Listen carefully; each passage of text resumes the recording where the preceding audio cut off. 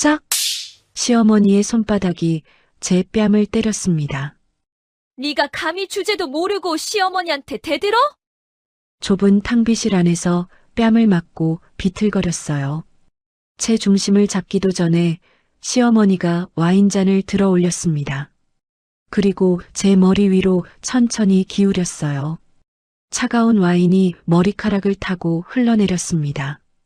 이마를 지나 눈을 지나 입술까지.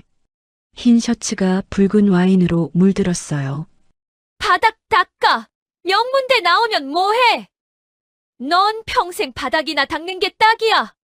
저는 무릎을 꿇었습니다. 그리고 손바닥으로 바닥을 닦기 시작했어요.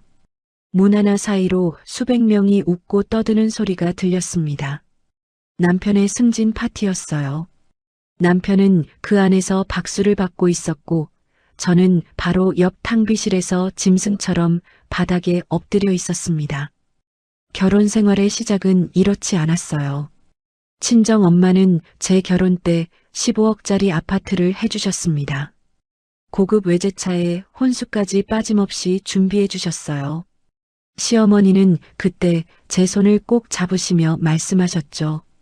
우리 며느리는 복덩이야. 우리 집안의 복을 가져왔어. 그랬던 제가 지금은 어쩌다 이 꼴이 됐을까요? 고작 50만 원 때문이었습니다.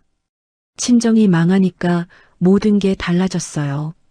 복덩이는 짐짝이 됐고 며느리는 식모가 됐습니다. 15억을 해온 사람한테 50만 원이 아깝다더군요. 하지만 시어머니는 몰랐을 겁니다. 그날 아침에 제가 어떤 사람을 만났는지, 그리고 그 우연한 만남이 오늘 밤 이 자리에서 모든 것을 어떻게 뒤집어 놓을지. 뿌린 대로 거두는 건 나쁜 씨앗만 해당되는 게 아니더라고요. 어떻게 속 시원한 반전을 할 수 있었는지 들려드릴게요. 설거지, 산책할 때, 잠들기 전 이어서 듣기 편하게 지금 구독만 눌러두세요. 우리네 사연극장이 다음 편을 자동으로 챙겨드립니다. 오늘의 사연 시작합니다. 평일 오후 2시 강남 한복판 40평 아파트 거실에는 눈부신 햇살이 쏟아지고 있었습니다.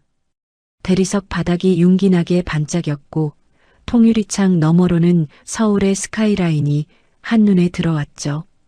누가 봐도 성공한 사람들이 사는 집이었습니다. 그런데 그 반짝이는 대리석 바닥 위에서 저는 무릎이 해진 낡은 트레이닝복 차림으로 기어다니고 있었습니다.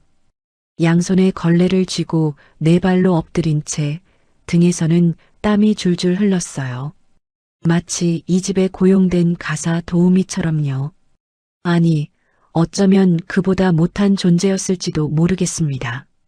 TV 옆 장식장에는 10년 전 결혼식 사진이 놓여 있었습니다. 사진 속에 저는 명품 웨딩드레스를 입고 세상을 다 가진 듯 환하게 웃고 있었죠. 그 옆에는 친정엄마가 고급 외제차 키와 아파트 등기권리증을 손에 들고 서 계셨어요. 시집가는 딸이 절대 기죽지 말라고 강남 한복판 15억짜리 아파트를 제 명의로 해주시고 남편에게는 고급 외제차를 선물했습니다.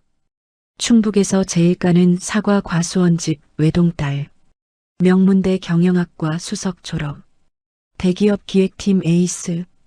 10년 전에 저는 분명 이 집의 구원자였습니다. 그날 시어머니는 제 손을 꼭 잡고 감격의 눈물을 흘리셨어요. 진아야, 너는 우리 집안의 로또다. 복덩이야, 복덩이. 하지만 그 사랑이라는 것은 입금 내역이 끊기는 순간 연기처럼 증발해버리더군요. 3년 전 오빠의 사업이 연쇄부도로 무너졌고 엄마는 자식을 살리겠다고 과수원과 땅을 죄다 팔아 쏟아부으셨습니다. 밑 빠진 독에 물 붓기였어요. 결국 친정은 완전히 파산했고 제 통장 잔고가 영원이 되던 그날 시댁 식구들의 가면도 함께 벗겨졌습니다. 소파에 드러누워 TV를 보던 시어머니가 저를 불렀습니다. 고개를 들자 시어머니의 발이 제 엉덩이를 툭툭 밀어냈어요. 마치 길을 막고 있는 귀찮은 강아지를 치우듯이요. 좀 비켜봐라. 먼지 날리게 왜 앞에서 얼쩡거려? 저는 후다닥 옆으로 비켜섰습니다. 시어머니는 TV에서 눈을 떼지 않은 채 혀를 찼어요. 쯧쯧, 명문대 나오면 뭐하니? 걸레질 하나 제대로 못해서 구석에 먼지가 그대로인데. 친정이 망하더니 머리도 같이 나빠진 거야? 가슴속에서 뜨거운 것이 치밀어 올랐습니다. 입술을 깨물었어요. 피가 날 것 같았지만 저는 그것을 꾹 눌러 삼켰습니다. 죄송합니다, 어머니. 다시 닦을게요. 이 집에서 제 이름은 더 이상 김진아가 아니었습니다. 야, 너 혹은 저기. 그게 지금 저를 부르는 호칭이었죠. 문득 장식장이 결혼사진 속에서 환하게 웃고 있는 10년 전이 제가 지금의 저를 내려다보고 있는 것 같았습니다. 대리석 바닥에 비친 제 모습은 초라하기 짝이 없었어요. 헝클어진 머리, 땀에 젖은 낡은 옷, 무릎에 박힌 굳은 살. 15억짜리 아파트의 진짜 주인이 그 아파트 바닥을 기어다니며 걸레질을 하고 있다니. 씁쓸한 웃음이 새어나왔습니다. 그래도 저는 버텨야 했습니다. 당뇨 합병증으로 쪽방에서 힘겹게 버티고 계신 엄마를 위해서, 그리고 이 집에서 태어난 어린 제 아이들을 위해서요. 포기하면 끝이니까요. 그날 저녁 식탁에는 숨막히는 정적만 감돌았습니다. 남편과 시어머니는 마주 앉아 소고기 불고기를 젓가락으로 집어먹고 있었어요. 지글지글 구워진 고기 냄새가 코끝을 자극했습니다. 입안에 침이 고였지만 저는 꿀꺽 삼키며 식탁 한쪽 구석에 서 있을 뿐이었어요. 제 앞에는 밥그릇도 수저도 없었습니다. 저는 식구들이 다 먹고 난 뒤에야 남은 음식으로 끼니를 때우는 게 이 집의 규칙이었으니까요. 저와 겸상도 하기 싫다는 의미였습니다. 배에서 꼬르륵 소리가 났습니다. 저는 얼른 배를 손으로 눌렀어요. 들키면 안 됩니다. 시어머니가 또 뭐라고 하실 테니까요. 남편이 반찬을 힐끗 보더니 숟가락을 탁 내려놓았습니다. 야, 반찬이 이게 뭐야? 네. 풀밭이야, 풀밭? 나물이 3개고 고기는 엄마가 사온 것밖에 없네. 저는 고개를 숙였습니다. 시어머니가 주시는 생활비에서 엄마 약값을 몰래 빼돌리다 보니 반찬 살 돈이 늘 부족했거든요. 하지만 그 말을 할 수는 없었습니다. 요즘 새벽마다 일 나가서 번 그 푼돈 니네 친정엄마 약값으로 다 갖다 바치지. 심장이 철렁 내려앉았습니다. 남편은 제가 새벽마다 인력사무소에 나가는 걸 알고 있었어요. 숨긴 적은 없었지만 이렇게 대놓고 비아냥거릴 줄은 몰랐습니다. 그건 제가 번 돈이니까요. 그래, 네가 번 거니까 네 맘대로 해 대신. 남편이 고기를 씹으며 저를 올려다봤습니다. 그 눈빛이 서늘했어요. 집안일이나 애들 픽업 하나라도 펑크나면 그날로 끝이야. 이혼하고 양육권은 내가 가져간다. 알지? 양육권. 그 단어에 온몸이 얼어붙었습니다. 아이들은 제가 이 지옥 같은 집에서 버틸 수 있는 유일한 이유였어요. 아이들만 없었다면 진작에 이 집을 뛰쳐나갔을 겁니다. 알겠어요. 남편은 그제야 만족한 듯 밥을 떠먹었습니다. 시어머니도 흐뭇한 표정으로 아들을 바라보셨어요. 마치 잘했다는 듯이요. 잠시 후 남편이 뭔가 생각났다는 듯 말을 이었습니다. 아, 그리고 내일 모레 회사 창립 기념 파티야. 이번에 나 승진 대상자거든. 가족 동행도 가능한데. 저는 순간 고개를 들었습니다. 설마 저도 같이 가자는 건가요? 결혼하고 10년 동안 남편 회사 행사에 단 한 번도 가본 적이 없었거든요. 너는 올 생각 마. 네. 쪽팔리니까. 쪽팔리다. 그 한마디가 가슴에 비수처럼 꽂혔습니다. 10년 전 결혼식 날 남편은 제 손을 꼭 잡고 말했었죠. 평생 당신만 바라보겠다고, 어디든 함께하겠다고. 그 사람이 지금 저를 보며 쪽팔리다고 말하고 있었습니다. 시어머니가 맞장구를 치셨어요. 당연하지. 그 꼴로 어딜 따라가려고 그러니? 준호야, 내가 갈게. 우리 아들 승진하는 날인데 엄마가 옆자리 지켜줘야지. 네, 그러세요, 엄마. 양복도 새로 맞췄어요. 내일 모레 찾으러 가려고요. 어머, 우리 아들 멋지겠다. 모자는 다정하게 웃으며 대화를 나눴습니다. 저는 그저 투명 인간처럼 서서 그 모습을 바라볼 뿐이었어요. 손톱이 손바닥을 파고들었지만 표정을 들키면 안 됐습니다. 울면 지는 거니까요. 저녁 설거지를 마치고 아이들을 재운 뒤 저는 부엌에서 내일 아침 국거리를 손질했습니다. 미역을 물에 불리고 두부를 깍둑 썰기 해두었어요. 새벽에 후다닥 끓여야 하니까요. 이런 준비를 해두지 않으면 아침 9시 상 차리기에 늦을 수 있었거든요. 한 번이라도 늦으면 남편 말대로 아이들을 빼앗길지도 모르니까요. 그렇게 하루가 또 저물었습니다. 새벽 4시 30분. 알람이 울리기도 전에 저는 눈을 떴습니다. 몸이 저절로 기억하고 있었어요. 3년째 반복되는 일상이었으니까요. 저는 살금살금 침대에서 일어났습니다. 남편이 깨면 잔소리를 들을 테니까요. 어둠 속에서 옷을 갈아입고 부엌으로 향했습니다.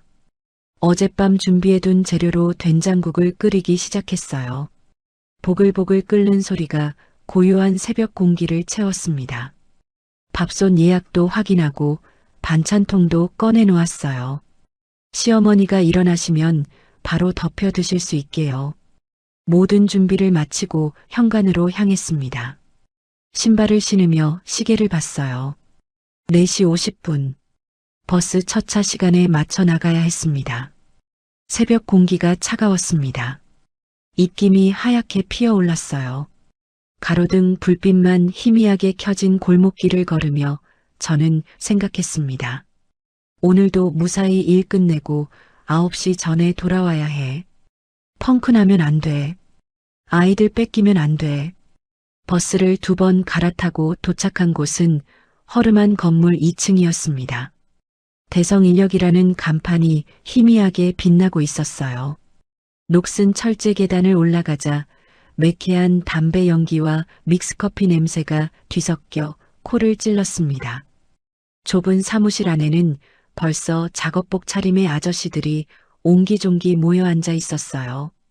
저는 구석에 걸린 낡은 조끼를 집어들었습니다. 가슴팍에 김여사라고 손글씨로 쓴 이름표가 달려 있었죠. 한때 대기업 기획팀에서 임원들 앞에서 프레젠테이션을 하던 손으로 지금은 이 허름한 조끼를 입고 있습니다. 명문대 경영학과를 수석 졸업한 김진아가 인력사무소에 김여사가 되어 하루 일당 몇 푼에 목을 메고 있었어요. 소장님이 커피를 마시며 서류를 뒤적이고 있었습니다. 저는 다가가 공손하게 인사했어요. 소장님, 안녕하세요. 오늘 일거리 있을까요? 김 여사. 오늘은 오전에 시장통 국밥집 설거지 하나 있어. 갈 수 있지? 네, 감사합니다. 저는 연신 고개를 숙였습니다. 설거지 자리 하나에 감사 인사를 하는 제가 한심하게 느껴지기도 했어요. 하지만 어쩌겠어요. 이게 지금 제가 할 수 있는 전부인걸요. 당뇨 합병증으로 힘들어하시는 엄마 약간 기죽지 말고 당당하게 커야 할 제 아이들. 제 소중한 가족을 위해서라면 저는 자존심 따위 얼마든지 내려놓을 수 있었습니다. 김 여사, 트럭 왔어. 네. 저는 불이 나게 계단을 내려갔습니다. 하늘이 조금씩 밝아오고 있었어요. 오늘 하루도 버텨야 합니다. 9시 전에 꼭 집에 돌아가서 아침 상 차려야 해요. 그래야 아이들 옆에 있을 수 있으니까요. 그때는 몰랐습니다. 오늘이 제 인생에서 가장 긴 하루가 될 거라는 걸. 시장통 국밥집 주방은 이른 아침이지만 시장 상인들과 아침 해장을 하려는 손님들로 북적했습니다. 그릇 부딪히는 소리, 국자로 육수 퍼담는 소리, 사장님의 고함 소리.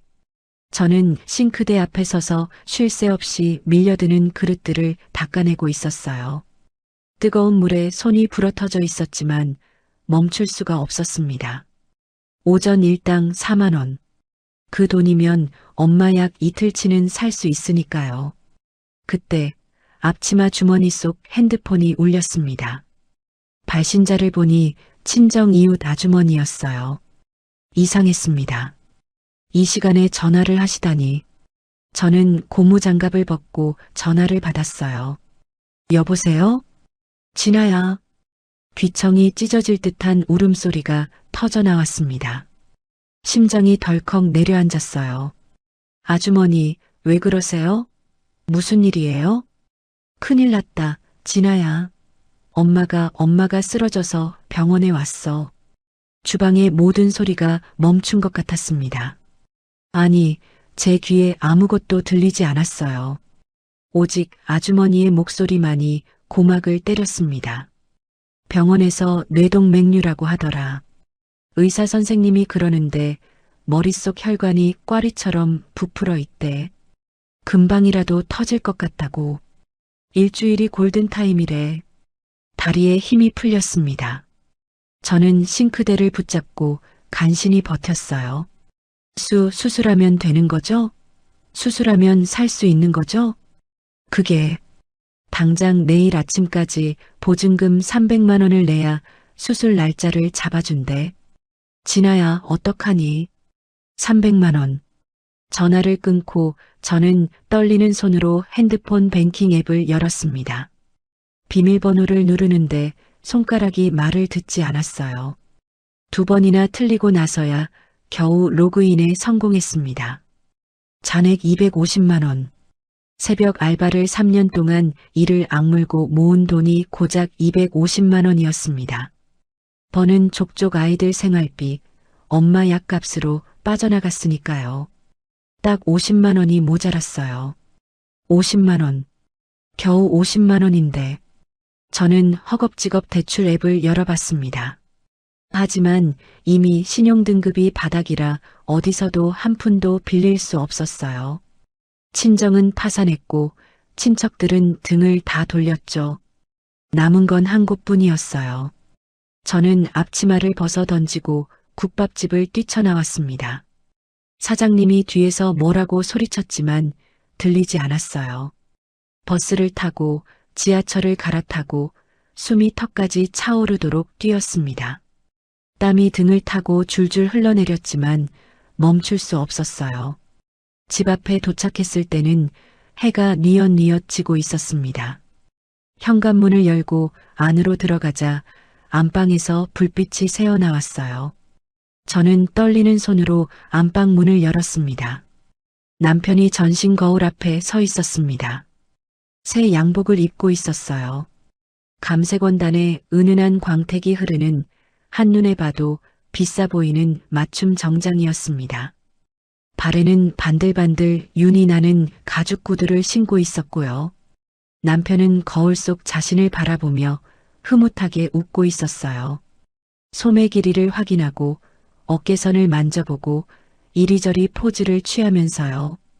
여보, 남편이 고개도 돌리지 않았습니다. 거울 속 자기 모습에만 빠져 있었어요. 여보, 나 할 말이 있어. 뭔데? 지금 바빠. 저는 참았던 눈물이 왈칵 쏟아질 것 같았습니다. 하지만 꾹 참았어요. 울면 안 돼. 차분하게 말해야 해. 엄마가 쓰러졌어. 뇌동맥류래. 일주일 안에 수술 안 하면. 목이 메어 말을 잇지 못했습니다. 그래서 남편이 여전히 거울을 보며 대꾸했어요. 마치 날씨 얘기를 듣는 것처럼 무심하게. 수술비 보증금이 300만 원인데 50만 원이 모자라. 제발 딱 50만 원만 빌려줘. 그제야 남편이 거울에서 눈을 떼고 저를 바라봤습니다. 눈썹이 찌푸려졌어요. 뭐, 50만 원? 응, 50만 원만. 나중에 꼭 갚을게. 제발. 저는 무릎을 꿇었습니다. 남편의 바지가랑이를 붙잡았어요. 매달리듯이, 구걸하듯이. 여보, 엄마 머릿속에 시한폭탄이 있대. 제발 딱 50만 원만. 빌려줘. 응? 남편이 제 손을 내려다봤습니다. 마치 더러운 것이 묻은 것처럼요. 그리고 귀찮다는 듯 저를 발로 밀어냈어요. 야, 재수없게 울고불고 난리야? 저는 바닥에 나뒹굴었습니다. 엉덩이가 쿵 하고 부딪혔지만 아프지 않았어요. 아니, 느낄 겨를이 없었습니다. 이 양복이 얼마인 줄 알아? 200만 원이야. 구두는 100만 원이고 내일 승진 파티에서 내가 얼마나 중요한 사람인지 보여줘야 한다고. 남편은 다시 거울을 보며 넥타이 매듭을 고쳤습니다. 50만 원이 껌값인 줄 알아? 엄마가 죽을 수도 있어. 네 엄마잖아. 내가 왜 돈을 내? 정급하면 나가서 국어를 하든 알아서 해. 니네 집안이 망해서 돈 없는 걸 왜 나한테서 찾아? 남편이 거울 속 저를 흘겨봤습니다. 내 돈은 10원 한 장도 못 줘. 당장 나가. 저는 바닥에 주저앉은 채 남편을 올려다봤습니다. 이 사람이 내 남편인가? 10년을 함께 산 사람인가? 제가 15억을 해왔을 때 감격의 눈물을 흘리며 손을 잡던 그 사람인가? 가슴속에서 뜨거운 것이 치밀어 올랐습니다. 분노인지 서러움인지 아니면 증오인지 알 수 없었어요. 어쩌면 그 모든 것이 뒤섞인 감정이었을 겁니다. 저는 비틀거리며 일어났습니다. 안방을 나와 현관으로 향했어요. 뒤에서 남편이 뭐라고 했지만 들리지 않았습니다. 밖으로 나오니 어느새 날이 완전히 어두워져 있었습니다. 차가운 바람이 뺨을 스쳤어요. 저는 아파트 화단 벤치에 털썩 주저앉았습니다. 50만 원. 고작 50만 원 때문에 엄마가 죽을 수도 있어. 200만 원짜리 양복을 사면서 50만 원이 아깝다고. 국어를 하라고. 주먹을 꽉 쥐었습니다. 손톱이 손바닥을 파고들었지만 아프지 않았어요. 그래, 국어리라도 해야지. 무슨 수를 써서라도 50만 원을 구해야 해. 엄마를 살려야 해. 내일 새벽 인력사무소에 가서 소장님께 사정을 말해봐야겠다 생각했어요. 가불이라도 받을 수 있다면 무슨 일이든 하겠다고 평생 갚겠다고 빌어봐야겠다. 저는 무거운 몸을 일으켜 집으로 돌아갔습니다. 남편과 시어머니가 거실에서 TV를 보며 웃고 있는 소리가 들렸지만 저는 아이들 방으로 곧장 들어갔어요. 새근새근 잠든 아이들의 얼굴을 바라봤습니다. 두 볼이 발그레하고 입술이 살짝 벌어진 채로 평화롭게 자고 있었죠. 조금만 기다려. 엄마가 꼭 외할머니 살릴 거야. 저는 아이들 이불을 여며주고 조용히 방을 나왔습니다. 그날 밤 저는 한숨도 자지 못했습니다. 새벽 5시 비가 추적추적 내리고 있었습니다. 저는 우산도 없이 인력사무소 건물 앞에 서 있었어요.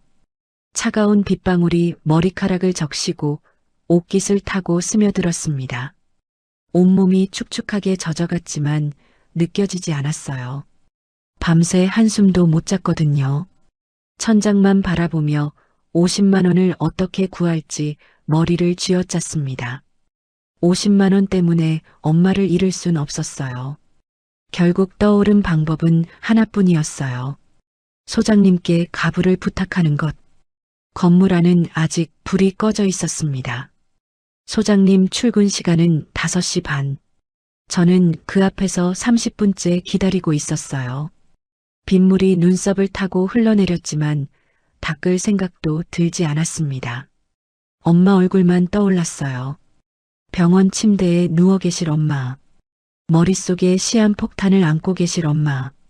제발 터지지 마. 조금만 버텨줘. 멀리서 헤드라이트 불빛이 보였습니다. 소장님 차였어요. 저는 후다닥 달려갔습니다. 차에서 내리는 소장님 앞을 막아섰어요. 소장님, 김 여사? 이 새벽에 비 맞고 뭐해? 소장님이 당황한 표정으로 저를 바라봤습니다. 저는 숨을 몰아쉬며 말했어요. 목소리가 떨렸습니다. 소장님, 부탁드릴 게 있어요. 뭔데 그래? 일단 안으로 들어가. 사무실 안으로 들어갔습니다. 소장님이 형광등을 켜고 커피포트에 물을 올렸어요. 저는 물이 뚝뚝 떨어지는 채로 서 있었습니다. 그래, 무슨 일이야? 소장님, 저 갑을 좀 안 될까요? 소장님의 눈썹이 올라갔습니다. 갑을?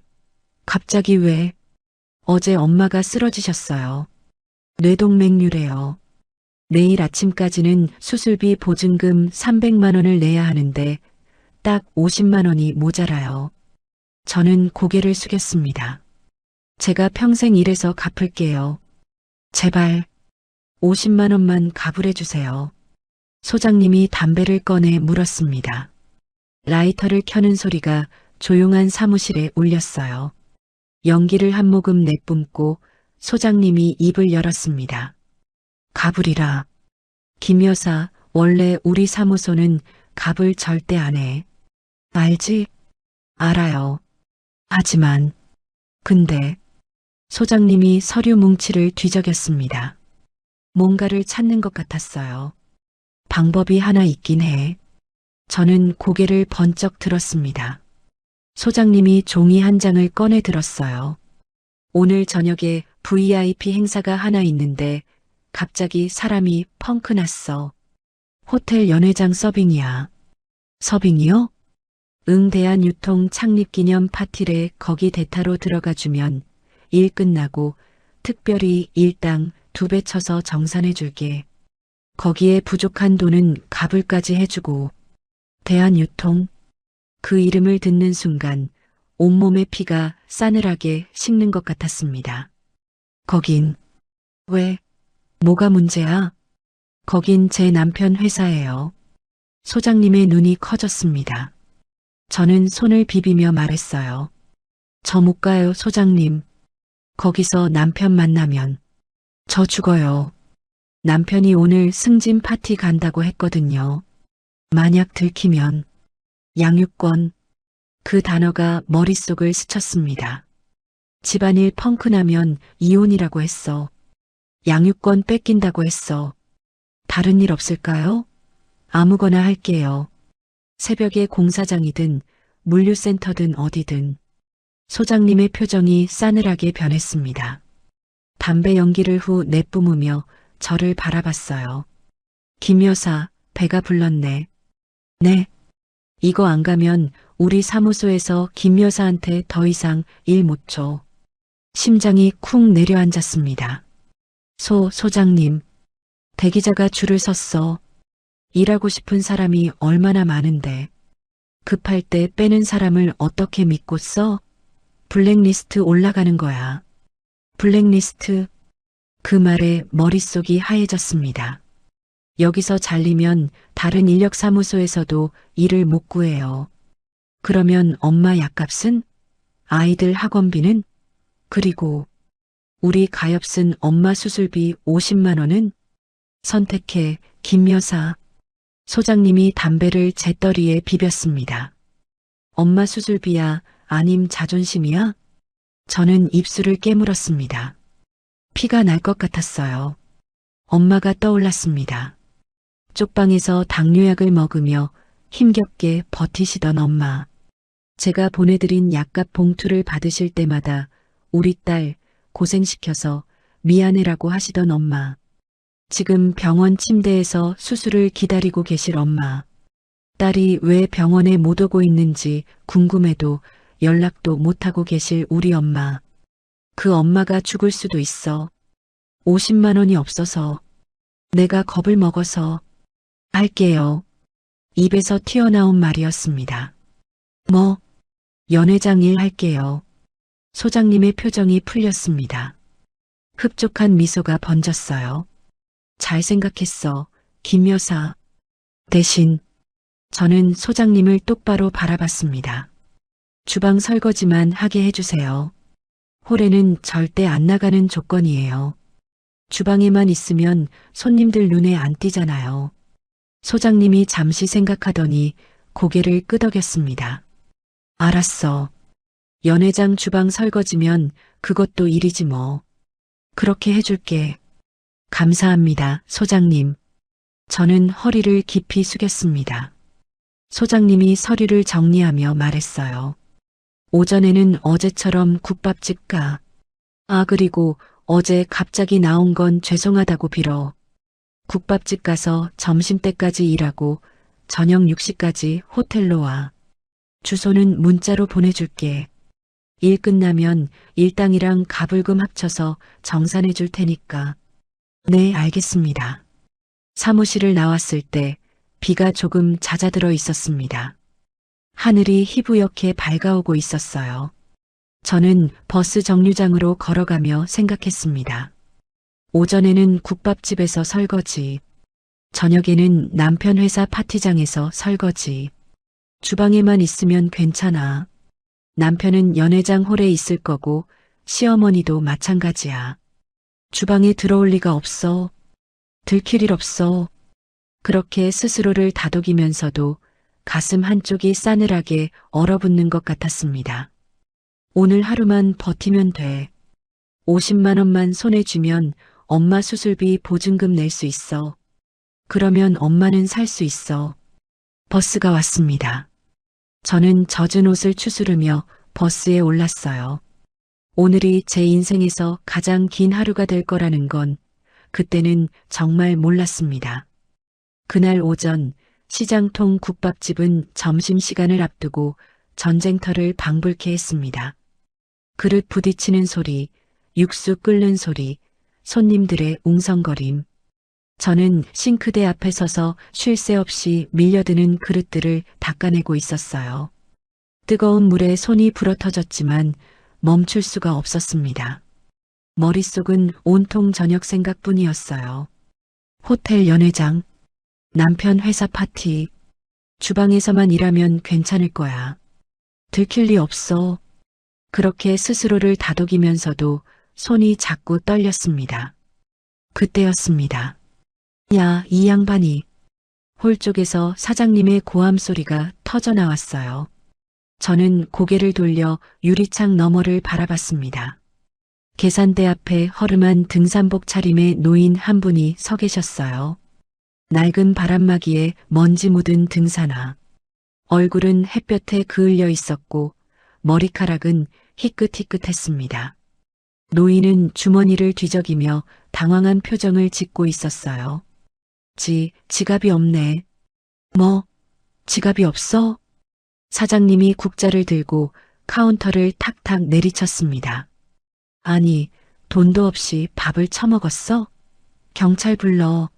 당장 콩밥 먹여. 노인의 얼굴이 새하얗게 질렸습니다. 주변 손님들이 수군거리기 시작했어요. 무전취식이래. 요즘 저런 노인네들 많아. 노인은 고개를 푹 숙인 채 어쩔 줄 몰라 하고 있었습니다. 저는 싱크대 앞에서 그 모습을 바라봤어요. 노인의 떨리는 어깨가 눈에 들어왔습니다. 쭈뼛쭈뼛 서 있는 모습이 왠지 엄마 모습과 겹쳤어요. 정신을 차려보니 저는 고무장갑을 낀 채 홀로 뛰쳐나가고 있었습니다. 사장님이 고개를 돌렸어요. 손님들의 시선도 저에게 쏠렸습니다. 뭐야, 넌 설거지나 해. 사장님, 그러지 마세요. 어르신이 일부러 그런 것도 아닐 텐데. 저는 노인 앞에 섰습니다. 그리고 사장님을 바라보며 말했어요. 국밥가, 제 일당에서 제해주세요. 제가 낼게요. 사장님의 눈이 커졌습니다. 노인도 놀란 표정으로 저를 올려다봤어요. 뭐, 네가 왜 내? 아는 사이야? 아니요, 처음 뵙는 분이에요. 그래도 그냥 어르신이 너무 힘들어 보여서요. 사장님이 어이없다는 듯 콧방귀를 뀌었습니다. 참 세상에 별사람 다 있네. 알았어. 일당에서 9,000원 까는 거다. 나중에 딴소리 하지 마. 네, 감사합니다. 저는 노인의 팔을 조심스럽게 잡았어요. 어르신, 저랑 잠깐 나가요. 노인을 부축해 가게 밖으로 나왔습니다. 시장통 골목은 사람들로 북적였지만 구석진 곳에 나무 의자가 하나 있었어요. 저는 노인을 그곳에 앉혔습니다. 어르신, 많이 놀라셨죠? 괜찮으세요? 노인이 고개를 저었습니다. 눈가가 붉어져 있었어요. 미안하네, 젊은 사람한테 폐를 끼쳐서. 아니에요. 누구나 그럴 수 있는 거예요. 저는 가방을 뒤적였습니다. 가방 깊숙이 넣어뒀던 사과즙 파우치가 손에 잡혔어요. 엄마가 예전에 만들어주신 건데 아껴두고 있던 거였습니다. 저는 그 파우치를 노인에게 내밀었어요. 어르신, 이거 드세요. 이건 뭔가? 사과즙이에요. 저희 엄마가 직접 짠 건데 당 떨어지셨을 때 드시면 기운 나실 거예요. 노인이 사과즙 파우치를 받아들었습니다. 빨대를 꽂아 한 모금 마시더니 노인의 눈이 커졌어요. 이 맛. 노인이 중얼거렸습니다. 뭔가 생각에 잠긴 표정이었어요. 이 맛. 어디서? 그러더니 노인이 저를 빤히 바라봤습니다. 그 눈빛이 묘하게 강렬했어요. 자네, 혹시 고향이 어디인가? 갑작스러운 질문에 저는 어리둥절했습니다. 네, 고향이요? 충북이요. 충북 음성. 음성? 노인의 눈이 더 커졌습니다. 이름은? 자네 이름이 뭔가? 김진아요. 김진아. 혹시 부모님 성함이? 저 죄송한데 이제 들어가 봐야 해서요. 설거지가 밀려 있거든요. 저는 황급히 일어섰습니다. 노인의 질문이 조금 이상하게 느껴졌지만 신경 쓸 겨를이 없었어요. 저녁에 연회장 가기 전에 일을 다 끝내야 했으니까요. 어르신, 사과즙 드시고 기운 차리세요. 조심히 가세요. 저는 꾸벅 인사를 하고 돌아섰습니다. 가게 안으로 들어가기 전 문득 뒤를 돌아봤어요. 노인이 여전히 그 자리에 앉아 저를 바라보고 있었습니다. 손에는 사과즙 파우치를 꼭 쥔 채로요. 그 눈빛에 뭔가 알 수 없는 감정이 담겨 있는 것 같았어요. 이상한 분이네. 저는 고개를 갸웃하며 주방으로 돌아갔습니다. 싱크대에 쌓인 그릇들이 저를 기다리고 있었어요. 저는 다시 고무장갑을 끼고 설거지를 시작했습니다. 일당에서 9,000원이 빠지면 오늘 수입은 3만 원 남짓. 엄마 약값에도 못 미치는 돈이었지만 후회는 없었어요.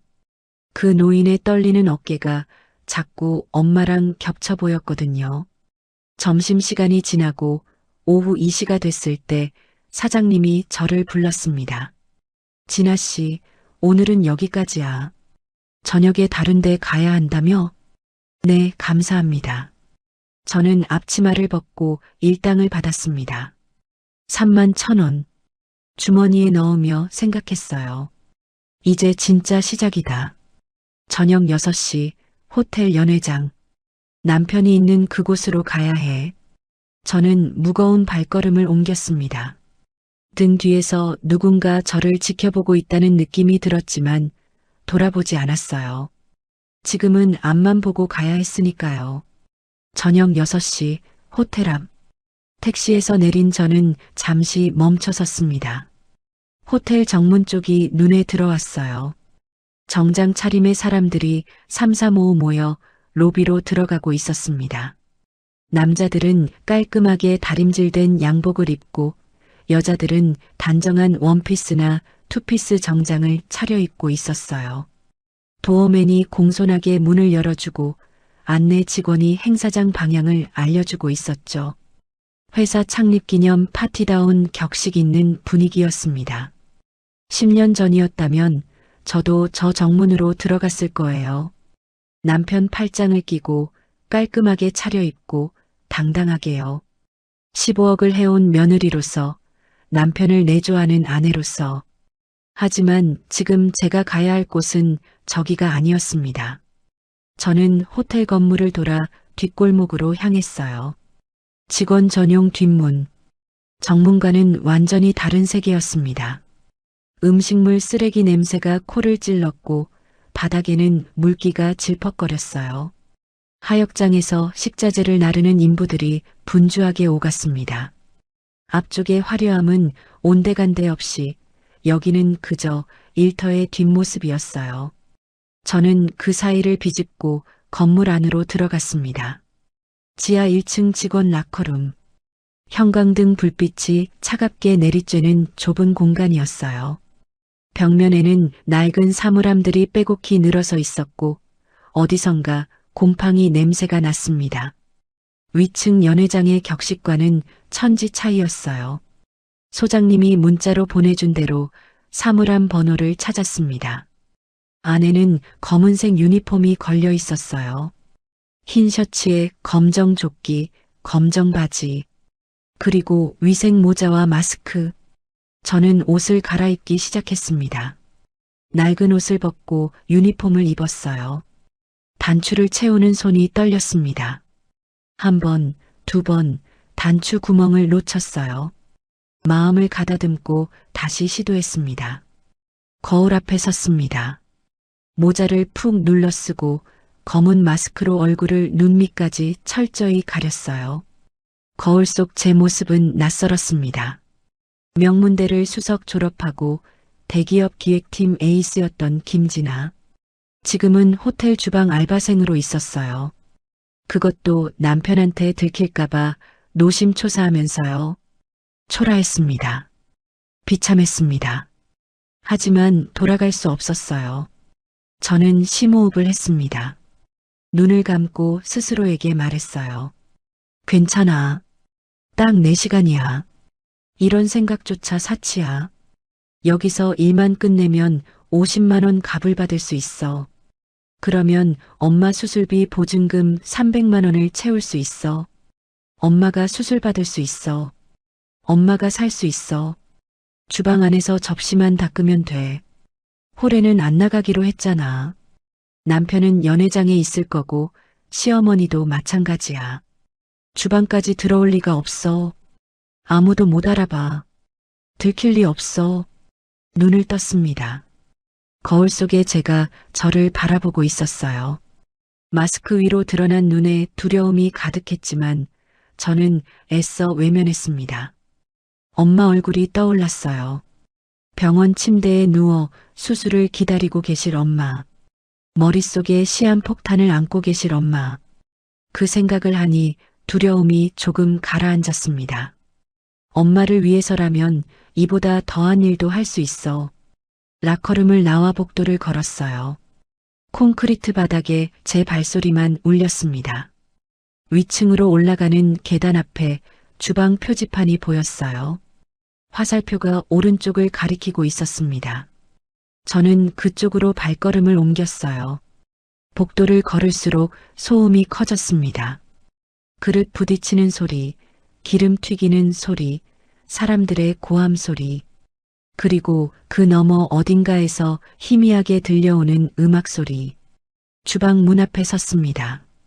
심장이 미친 듯이 뛰었어요. 문 너머로 소음이 들려왔습니다. 그릇 부딪히는 소리, 기름 튀기는 소리, 셰프들의 고함 소리, 그리고 그 너머 홀에서 들려오는 웅장한 음악 선율. 저 문 하나를 사이에 두고 남편과 제가 있었습니다. 남편은 200만 원짜리 새 양복을 입고 샴페인을 마시며 웃고 있겠죠. 시어머니는 화려한 한복을 차려입고 아들 옆에서 자랑스러워하고 있겠죠. 그리고 저는 마스크로 얼굴을 가리고 접시를 닦고 있어야 해요. 손이 떨렸습니다. 그래도 가야 했습니다. 저는 주방 문을 밀었어요. 열기가 얼굴을 덮쳤습니다. 눈앞에 펼쳐진 것은 전쟁터 같은 풍경이었어요. 거대한 가스레인지에서는 불꽃이 솟구치고 수십 명의 조리사들이 분주하게 움직이고 있었습니다. 그릇 부딪히는 소리, 칼질 소리, 고함 소리가 뒤섞여 귀를 때렸어요. 새로운 설거지? 앞치마를 두른 아주머니가 저를 봤습니다. 네, 오늘 대타로 왔어요. 저기 개수대야. 그릇 쌓인 거 보여? 저거 다 닦으면 돼. 아주머니가 턱으로 가리킨 곳에는 산더미처럼 그릇이 쌓여 있었어요. 저는 고개를 끄덕이고 개수대 앞으로 갔습니다. 고무 장갑을 끼고 수도꼭지를 틀었어요. 뜨거운 물이 쏟아졌습니다. 저는 첫 번째 접시를 집어들었어요. 기름때가 잔뜩 묻은 접시였습니다. 수세미로 박박 문질렀어요. 손목이 아팠지만 멈출 수 없었습니다. 하나를 닦으면 두 개가 밀려왔고 두 개를 닦으면 네 개가 밀려왔어요. 끝이 보이지 않는 싸움 같았습니다. 그래도 괜찮았어요. 이 개수대 앞에 서 있는 한 저는 안전했으니까요. 아무도 저를 보지 않고 아무도 저를 신경 쓰지 않았습니다. 그저 묵묵히 접시만 닦으면 됐어요. 홀 쪽에서 음악 소리가 들려왔습니다. 연주에 이어 사회자의 목소리가 마이크를 타고 울렸어요. 신사숙녀 여러분, 대한유통 창립 30주년 기념 파티에 오신 것을 환영합니다. 박수 소리가 터져 나왔습니다. 저는 고개를 숙인 채 접시를 닦았어요. 손이 떨렸지만 멈출 수 없었습니다. 4시간만 버티면 돼. 4시간만 버티면 50만 원을 받을 수 있어. 4시간만 버티면 엄마를 살릴 수 있어. 저는 이를 악물고 다음 접시를 집어들었습니다. 접시를 닦고 또 닦았습니다. 기름때 묻은 접시, 소스가 눌러붙은 냄비, 와인 자국이 남은 유리잔. 끝없이 밀려드는 설거지거리와 씨름하며 저는 시간 감각을 잃어가고 있었어요. 뜨거운 물에 손이 불어터졌지만 멈출 수 없었습니다. 그때 주방 천장에 달린 스피커에서 사회자의 목소리가 울려 퍼졌어요. 자, 이제 오늘의 하이라이트입니다. 이번 승진의 주인공 박준호 부장님의 건배사가 있겠습니다. 박준호. 제 손이 멈췄습니다. 스피커에서 박수 소리가 터져 나왔어요. 그리고 이어지는 익숙한 목소리. 감사합니다, 여러분. 남편이었습니다. 오늘 이 자리에 서기까지 정말 많은 분들의 도움이 있었습니다. 회장님, 임원분들, 그리고 함께 고생한 동료 여러분께 진심으로 감사드립니다. 저는 접시를 쥔 채 스피커를 올려다 봤어요. 그리고 남편의 목소리가 한 톤 부드러워졌습니다. 이 모든 영광을 집에서 저만 바라보고 내조해주는 사랑하는 아내에게 돌립니다. 헛웃음이 나왔습니다. 내조? 식모살이겠지. 새벽 4시 반에 일어나 밥 해놓고 식당에서 설거지하고 밤에는 시어머니 발뒤꿈치 각질 밀어드리는 게 내조야? 사랑? 엄마가 죽어가는데 50만 원 아깝다고 무시하는 게 사랑이야? 분노로 접시를 닦는 손에 힘이 들어갔습니다. 이를 악물었어요. 참아. 여기서 소리 지르면 안 돼. 조금만 더 버티면 돼. 건배. 스피커에서 환호성과 잔 부딪히는 소리가 들려왔습니다. 저는 고개를 숙이고 다시 접시를 닦기 시작했어요. 그때였습니다. 와장창. 홀 쪽에서 엄청난 소리가 났어요. 유리 깨지는 소리, 비명소리, 웅성거리는 소리가 뒤섞였습니다. 주방이 술렁였어요. 조리사들이 고개를 돌려 홀 쪽을 바라봤습니다. 뭐야, 무슨 일이야? 서빙 애들이 부딪혔나 봐. 잠시 후 홀과 주방을 연결하는 문이 벌컥 열렸습니다. 지배인으로 보이는 남자가 헐레벌떡 뛰어들어왔어요. 얼굴이 새빨갛게 달아올라 있었습니다. 아, 큰일 났어. 서빙 알바 2명이 넘어져서 다쳤어. 유리 파편에 손 베어서 병원 갔고. 지배인이 주방을 둘러보며 소리쳤어요. 지금 홀서빙 손이 비었단 말이야. 누구 없어? 조리사들이 서로 눈치를 봤습니다. 아무도 나서지 않았어요.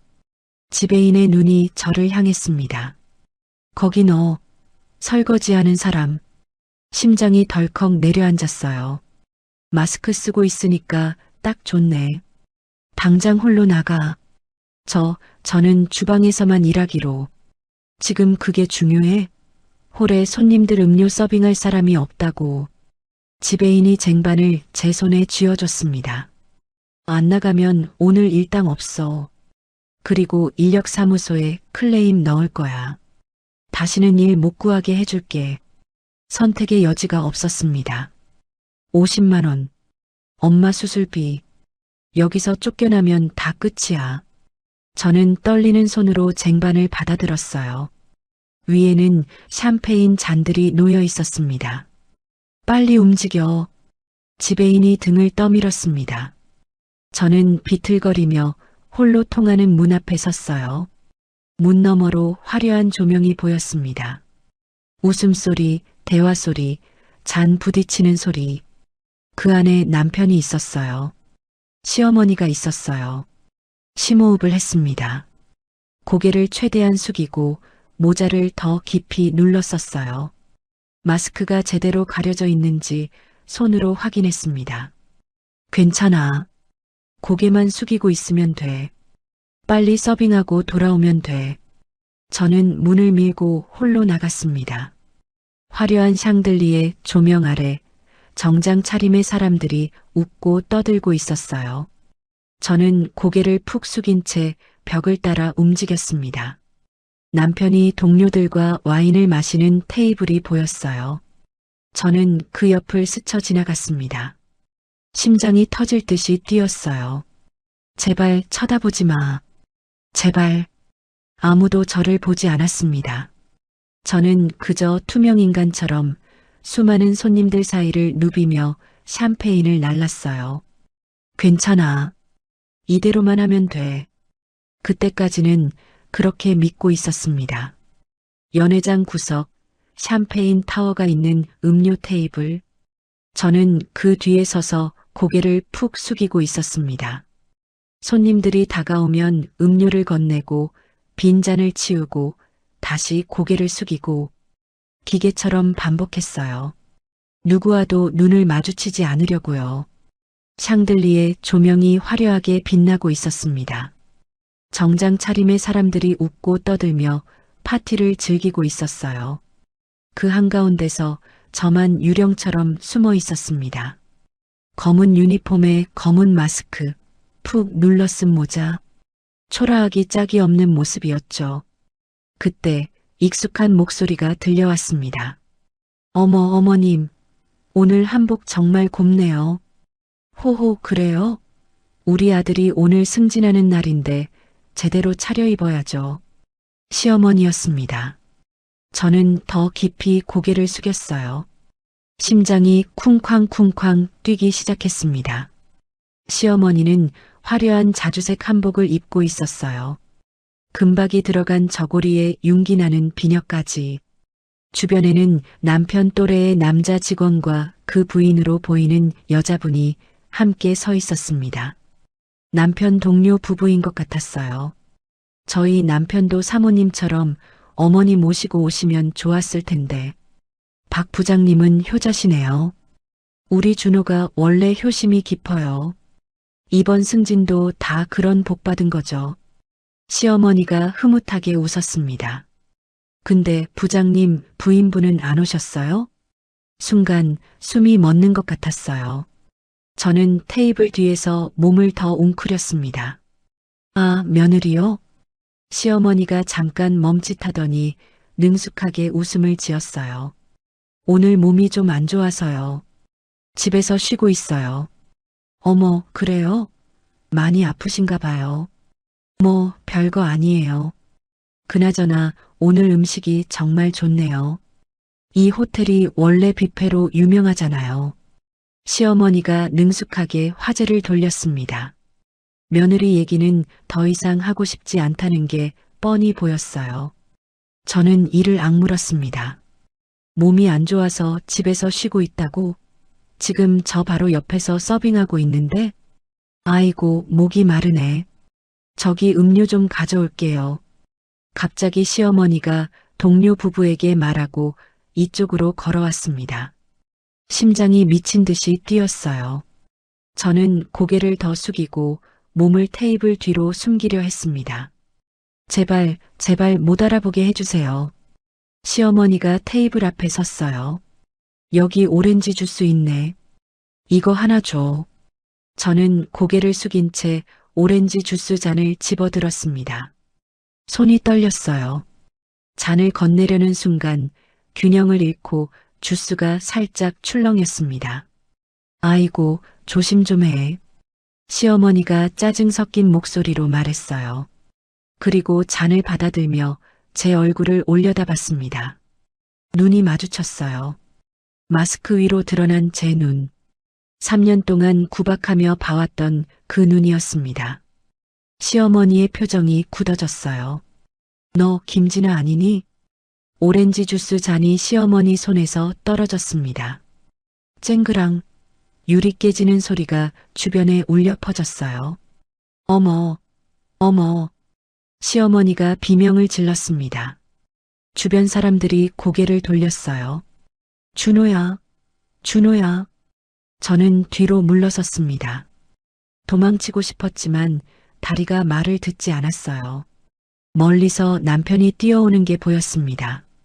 동료들과 술을 마시다 달려오는 거였어요. 저를 확인하자마자 얼굴이 사색으로 변했습니다. 미쳤어? 남편이 낮게 내뱉으며 제 팔을 낚아챘어요. 아! 팔이 부러질 것 같았습니다. 남편의 소나기에 힘이 잔뜩 들어가 있었어요. 조용히 따라와. 남편이 이를 악물며 말했습니다. 저는 끌려가다시피 걸어야 했어요. 시어머니가 뒤따라왔습니다. 얼굴이 벌겋게 달아올라 있었어요. 저게 미쳤어. 어디서 기어나온 거야? 연회장을 가로질러 복도로 나왔습니다. 남편은 주변을 살피며 빠르게 걸었어요.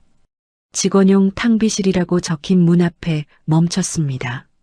남편이 문을 벌컥 열고 저를 안으로 밀어 넣었어요. 아! 저는 비틀거리며 탕비실 안으로 들어갔습니다. 좁고 어두운 공간이었어요. 청소 도구들이 벽에 기대어 있었고 작은 테이블 위에 물잔과 커피포트가 놓여 있었습니다. 쾅! 남편이 문을 닫았어요. 시어머니도 안으로 들어왔습니다. 좁은 공간에 세 사람이 마주 섰습니다. 미쳤어? 돌았어? 남편이 소리쳤습니다. 얼굴이 일그러져 있었어요. 여기가 어디라고 기어나와? 내 회사야. 승진 파티날 아내가 서빙 알바를 하고 있으면 내 체면이 뭐가 돼. 저는 벽에 등을 기댄 채 남편을 바라봤습니다. 몸이 떨렸지만 이상하게 두려움보다 다른 감정이 올라왔어요. 분노였습니다. 3년 동안 눌러왔던 참고 참았던 분노가 가슴속에서 끓어오르고 있었어요. 내 얼굴에 똥칠하려고 작정했어? 당장 꺼져. 저는 천천히 마스크를 벗어 던졌어요.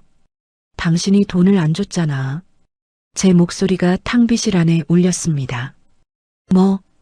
50만 원. 엄마 수술비 보증금 50만 원이 없어서 여기 온 거야. 남편의 눈이 흔들렸어요. 엄마가 뇌동맥류로 쓰러졌어. 일주일 안에 수술 안 하면 죽어. 그래서 당신한테 빌었잖아. 무릎 꿇고 빌었잖아. 50만 원만 빌려달라고. 목소리가 떨렸습니다. 눈에 눈물이 차올랐어요. 근데 당신이 뭘 했어? 200만 원짜리 양복 사면서 50만 원은 아깝대. 구걸이나 하라고 했잖아. 야, 지금 그게 중요한 게 아니라. 중요해. 저는 소리쳤어요. 억눌렸던 감정이 터져나왔습니다. 나한테는 그 50만 원이 세상에서 제일 중요해. 엄마 목숨이 달린 돈이라고. 남편이 한 발 물러섰어요. 제가 이렇게 소리 지르는 건 처음 보는 거였을 거예요. 우리 엄마가 사준 아파트에서 떵떵거리며 살고 우리 엄마가 사준 차 타고 다니면서 3년 동안 식모처럼 부려먹으면서 고작 50만 원 하나 못 줘? 눈물이 볼을 타고 흘러내렸습니다. 어떻게 나한테 이래? 시어머니가 끼어들었어요. 야, 김진아. 지금 누구한테 소리를 질러? 저요? 저는 이 집에 15억을 해온 며느리예요. 40평 아파트랑 외제차를 통째로 가져온 사람이에요. 어머님이 살고 있는 그 집, 여기 올 때 타고 온 그 차, 다 우리 엄마가 사준 거잖아요. 근데 지금 어머니는 뭐라고 계세요? 제 아파트에서 저한테 식모 취급이나 하고 있잖아요. 뭐라고? 시어머니 얼굴이 벌겋게 달아올랐어요. 친정이 망하기 전에는 로또라면서요. 복덩이라면서요. 돈이 떨어지니까 이제 짐짝이에요? 이게 시어머니가 손을 들어 올렸습니다. 저는 피하지 않았어요. 짝! 뺨이 화끈거렸습니다. 하지만 저는 시어머니를 똑바로 바라봤어요. 때리세요. 3년 동안 그렇게 해왔잖아요. 근데 그렇다고 제가 가져온 15억이 사라지나요? 시어머니의 눈이 흔들렸습니다. 저는 오늘 여기서 일해서 50만 원 받으면 엄마 수술비 낼 거예요. 당신들이 뭐라고 하든. 방 안에 침묵이 흘렀습니다. 저는 바닥에 떨어진 마스크를 집어들었어요. 그리고 문을 향해 걸어갔습니다. 어디가? 아직 얘기 안 끝났어. 남편이 소리쳤지만 저는 멈추지 않았어요. 문고리를 잡는 순간 문이 벌컥 열렸습니다. 눈부신 불빛이 쏟아져 들어왔어요. 그리고 문 앞에 누군가 서 있었습니다. 문 앞에 서 있던 건 호텔 직원이었습니다. 여기 직원용 공간인데. 직원이 안을 들여다보다가 남편과 눈이 마주쳤어요. 남편이 재빨리 웃음을 지으며 다가갔습니다. 아, 죄송합니다. 가족끼리 잠깐 얘기 좀 하고 있었어요. 금방 나갈게요. 아, 네, 알겠습니다. 직원이 고개를 끄덕이고 돌아갔어요. 남편이 문을 닫았습니다. 다시 좁은 탕비실에 세 사람만 남았어요. 남편이 저를 노려봤습니다. 야, 아직 끝난 거 아니야. 어디 가려고? 저는 문고리를 잡은 채 멈춰 섰어요. 다리가 떨렸습니다. 시어머니가 테이블 위에 놓인 와인잔을 집어들었어요. 누군가 마시다 둔 건지 반쯤 차 있었습니다. 이게 감히 시어머니한테 대들어? 시어머니의 목소리가 차갑게 가라앉았어요. 눈빛이 달라져 있었습니다. 연회장에서 동료 부부 앞에서 웃던 그 얼굴이 아니었어요. 진짜 얼굴이었습니다. 15억 물고 왔다고 잘난 척하더니 꼴 좋다. 시어머니가 저에게 다가왔어요. 그리고 와인잔을 제 머리 위로 천천히 기울였습니다. 차가운 액체가 머리 위로 쏟아졌어요. 붉은 와인이 머리카락을 타고 흘러내렸습니다. 이마를 지나 눈썹으로, 볼을 타고 턱으로. 흰 셔츠가 빨갛게 물들었어요. 포도 냄새가 코를 찔렀습니다. 저는 움직이지 못했어요. 눈을 감은 채 서 있었습니다. 와인이 눈꺼풀을 타고 흘러 입술 사이로 스며들었어요. 쓴맛이 혀에 닿았습니다. 결혼식이 떠오르더라고요. 시어머니가 제 손을 잡고 우리 며느리 복덩이라며 축하 샴페인을 따라주셨죠. 지금은 와인이 제 머리 위로 쏟아지고 있었습니다. 어머, 와인 쏟아졌네. 시어머니가 빈정거렸어요. 치워. 바닥에 흘렀잖아. 저는 눈을 떴습니다. 시어머니를 바라봤어요. 와인이 속눈썹에 맺혀 시야가 흐렸습니다. 왜 못 치워? 네가 흘린 거잖아. 손으로 닦아? 안 해? 시어머니의 눈이 매섭게 빛났어요. 저는 천천히 무릎을 꿇었습니다. 무릎이 차가운 바닥에 닿았어요. 와인 웅덩이 앞에 엎드렸습니다. 손바닥으로 바닥을 훔치기 시작했어요. 와인이 손에 묻었습니다. 차갑고 끈적했어요. 마치 피 같았습니다. 제 자존심에서 흘러나온 피. 그래, 그게 네 자리야. 시어머니가 위에서 내려다보며 말했어요. 명문대 나왔으면 뭐해? 바닥이나 닦는 게 딱이야.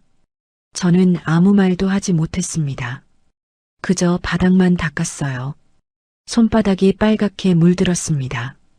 엄마, 이제 그만해요. 사람들 올 수도 있어요. 남편의 목소리가 들렸어요. 저는 남편을 올려다봤습니다. 바닥에 엎드린 채로, 여보, 남편이 저를 봤어요. 눈이 마주쳤습니다. 하지만 거기에는 아무 감정도 없었어요. 걱정도 미안함도 그저 귀찮다는 표정뿐이었습니다. 빨리 끝내고 나와요, 엄마. 내가 밖에서 지키고 있을게. 남편이 문을 열고 나갔어요.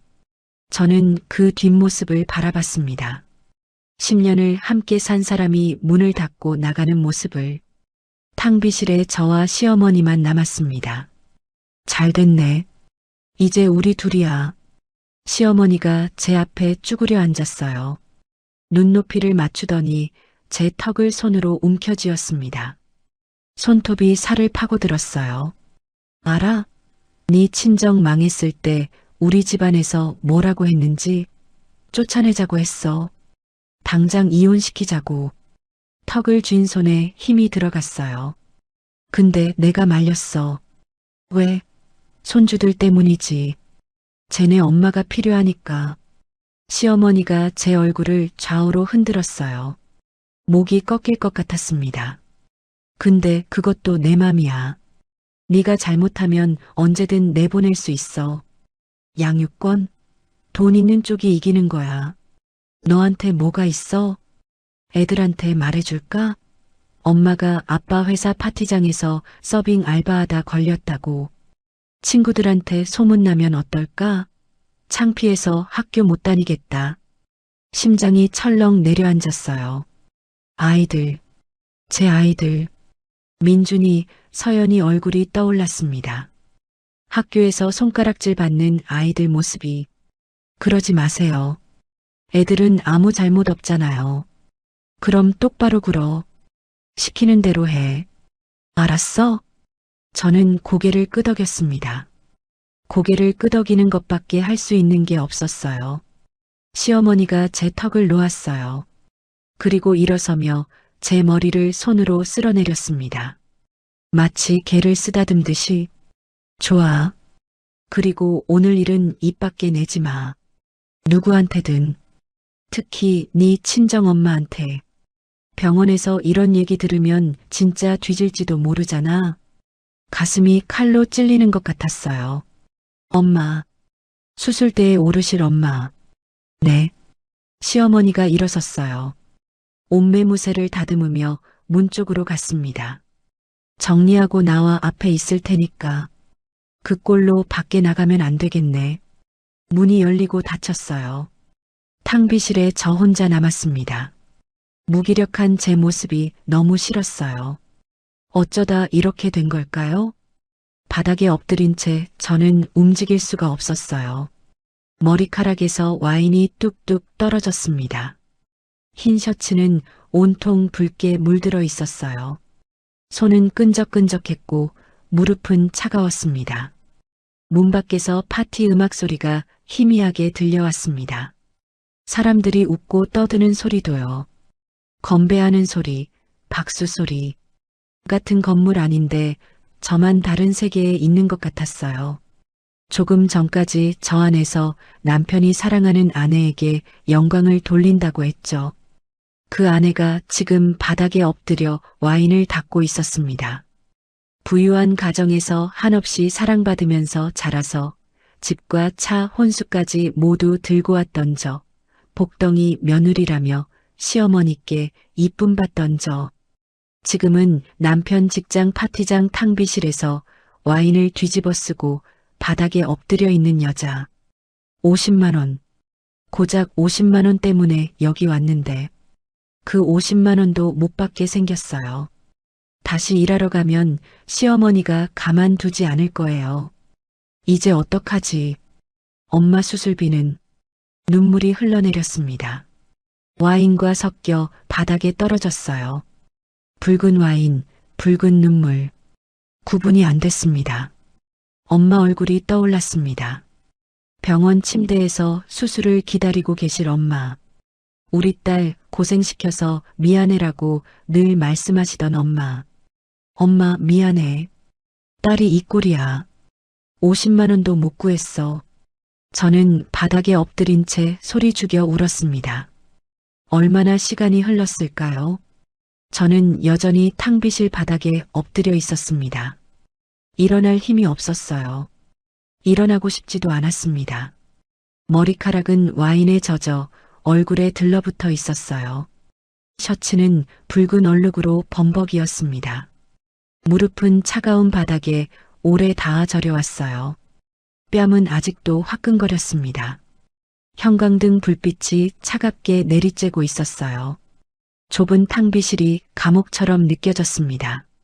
문 밖에서는 여전히 파티 음악이 흘러나왔습니다. 웃음소리, 박수소리, 건배하는 소리. 저와는 상관없는 세계의 소리들이었어요. 저는 천천히 고개를 들었어요. 손바닥을 봤습니다. 와인에 젖어 끈적끈적했어요. 붉은색이 마치 피처럼 보였습니다. 50만 원 때문에 여기까지 왔는데 그 돈도 못 받게 생겼어요. 시어머니한테 들켰으니까 이제 인력사무소에 클레임 들어갈 거예요. 가불은커녕 오늘 일당도 못 받겠죠. 엄마 수술비는 어떡하지? 내일 아침까지 보증금 300만 원을 내야 하는데 250만 원밖에 없는데 50만 원이 없어서 엄마가 수술을 못 받으면 눈앞이 캄캄해졌어요. 다 실패했어. 다 끝났어. 눈물이 다시 흘러내렸습니다. 멈출 수가 없었어요. 소리 없이, 하염없이 엄마 미안해. 딸이 못났어. 발버둥 쳐봤는데 안 됐어. 세상 일이 이렇게 어려운 건가. 아이들한테도 짐만 되고 남편한테는 부끄러운 존재고 엄마는 수술도 못 받고 아이들의 얼굴이 떠올랐어요. 아침마다 엄마 다녀올게요 하고 학교 가는 아이들. 그 아이들이 엄마 때문에 손가락질 받게 되면 어떡하지? 이제 끝인가? 내가 뭘 더 할 수 있을까? 하지만 멈출 수가 없었습니다. 그냥 포기하고 싶었어요. 너무나도 포기하고 싶었지만 포기할 수 없는 상황이 너무 힘들었어요. 눈을 감았어요. 바닥에 이마를 대고 웅크렸습니다. 더 이상 아무 생각도 하고 싶지 않았어요. 숨을 쉬는 것조차 힘들었습니다. 그때였습니다. 쿵! 탕비실 문이 거칠게 열렸어요. 저는 화들짝 놀라 고개를 들었습니다. 눈물에 젖은 눈으로 문 쪽을 바라봤어요. 역광이었습니다. 복도에 불빛을 등지고 누군가 서 있었어요. 실루엣만 보였습니다. 누구세요? 문 밖에서 남편의 당황한 목소리가 들렸어요. 여긴 직원 공간인데. 아, 회장님? 회장님? 저는 눈을 비볐어요. 눈물과 와인이 섞여 시야가 흐렸습니다. 문 앞에 선 사람의 모습이 조금씩 선명해졌어요. 화려한 정장을 입은 노인이었습니다. 흰 머리카락에 날카로운 눈매, 작은 체구지만 위험이 느껴지는 자세, 어디선가 본 것 같은 얼굴이었어요. 노인이 탕비실 안으로 한 발짝 들어섰습니다. 그러자 복도의 불빛에 가려졌던 얼굴이 선명하게 보였어요. 그리고 그 손에 낡은 사과즙 파우치가 들려 있었습니다. 심장이 멈추는 것 같았어요. 오전에 국밥집에서 만났던 그 노인. 낡은 등산복을 입고 국밥값 9,000원이 없어서 경찰에 끌려갈 뻔했던 그 노인. 제가 대신 돈을 내주고 엄마가 만든 사과즙을 건네줬던 그 노인. 그때는 형편 어려운 어르신이라고 생각했어요. 그런데 지금은 고급 정장을 입고 있었습니다. 손목에는 번쩍이는 시계가 채워져 있었어요. 그 어르신이 왜 여기에? 회장님이라고? 노인이 탕비실 안으로 들어섰습니다. 복도의 불빛이 등 뒤로 쏟아지면서 얼굴이 또렷하게 보였어요. 주름진 얼굴, 날카로운 눈매, 그리고 손에 꼭 쥔 낡은 사과즙 파우치. 틀림없었습니다. 오전에 국밥집에서 만났던 그 노인이었어요. 뭐야 이게? 노인이 낮게 중얼거렸습니다. 시선이 저를 훑었어요. 와인에 젖은 머리카락, 붉게 물든 셔츠, 부어오른 뺨, 그리고 바닥에 엎드린 처참한 모습. 노인의 눈이 변했습니다. 온화했던 눈빛이 순식간에 차갑게 얼어붙었어요. 누가 이랬어? 저는 대답할 수 없었습니다. 입이 열리지 않았어요. 이게 현실인지 꿈인지 분간이 안 됐습니다. 문 밖에서 남편의 목소리가 들려왔어요. 회장님, 여긴 직원 휴게실이라서 저희가 가족끼리 대화를 하고 있었는데요. 가족끼리 대화? 노인이 고개를 돌렸습니다. 문 밖에 서 있는 남편을 바라봤어요. 가족끼리 대화를 하는데 사람이 적골이 돼? 남편의 얼굴이 하얗게 질렸습니다. 아니 그게 시끄러워. 단 한마디였어요. 하지만 그 한마디에 남편이 입을 다물었습니다. 숨소리조차 죽였어요. 저는 멍하니 그 광경을 바라봤습니다. 남편이 저렇게 쩔쩔매는 건 처음 봤어요. 도대체 저 노인이 누구길래? 노인이 다시 저를 향해 돌아섰습니다. 그리고 성큼성큼 다가왔어요. 저는 본능적으로 몸을 움츠렸습니다. 괜찮아. 노인이 무릎을 꿇고 제 눈높이에 맞췄어요. 주머니에서 하얀 손수건을 꺼냈습니다. 명주 손수건이었어요. 금실로 이니셜이 수놓아져 있었습니다. 노인이 손수건으로 제 얼굴을 닦아줬어요. 와인과 눈물이 섞인 얼굴을 마치 어린아이를 돌보듯 조심스럽게. 오전에 나한테 이거 줬지? 노인이 사과즙 파우치를 들어 보였습니다.